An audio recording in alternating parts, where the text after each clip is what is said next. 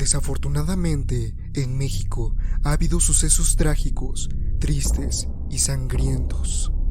Son sucesos que para nosotros los mexicanos son acontecimientos casi lejanos, casi completamente ajenos a nuestra vida. Y nos olvidamos que hubo personas que experimentaron un miedo y un terror que no podría caber en nuestras mentes.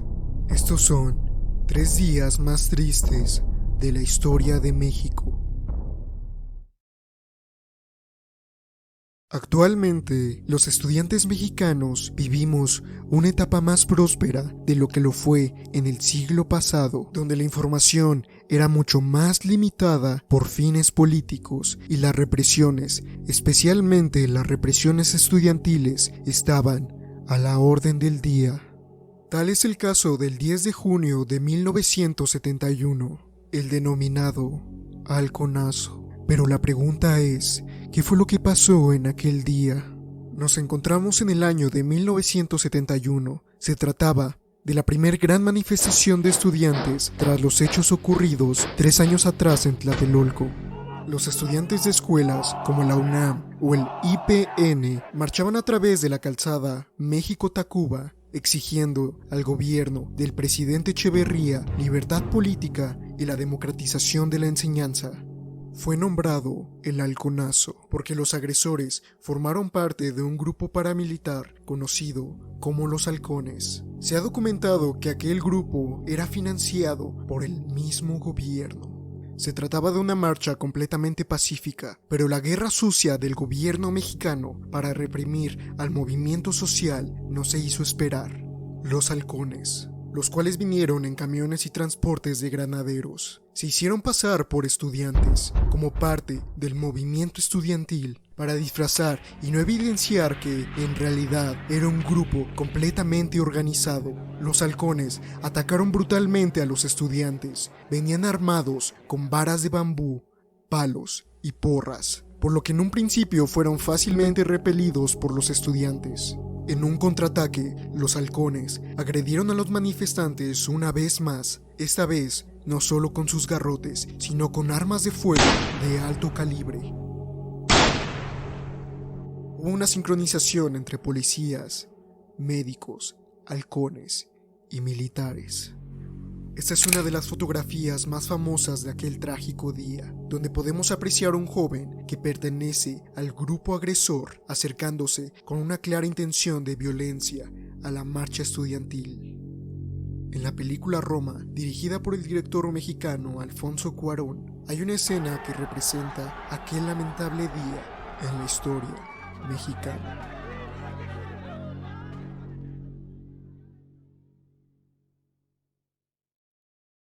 Definitivamente hay fenómenos naturales que son aterradores de tan solo imaginarlos. Los terremotos son fenómenos que podrían pasar en cualquier momento, incluso mientras estás viendo este video.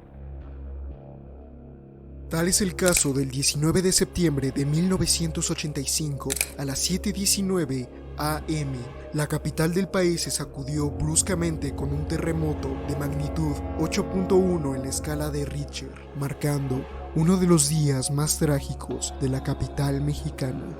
El movimiento devastó a la zona centro de la ciudad, provocó daños severos en cientos de edificios y causó la muerte de al menos 10,000 personas registradas por la Cruz Roja Mexicana. Ese terremoto y su réplica al día siguiente ha sido hasta ahora el más significativo y mortífero de la historia escrita de México. Miles de personas escucharon el sonido de la tierra, los crujidos de los cristales caídos, los gritos y el pánico que corría por toda la ciudad. Caía el Hospital General, caía el Hotel Regis mientras las llamas lo consumían. Estas imágenes muestran la magnitud del desastre que jamás se borrará de la memoria de México.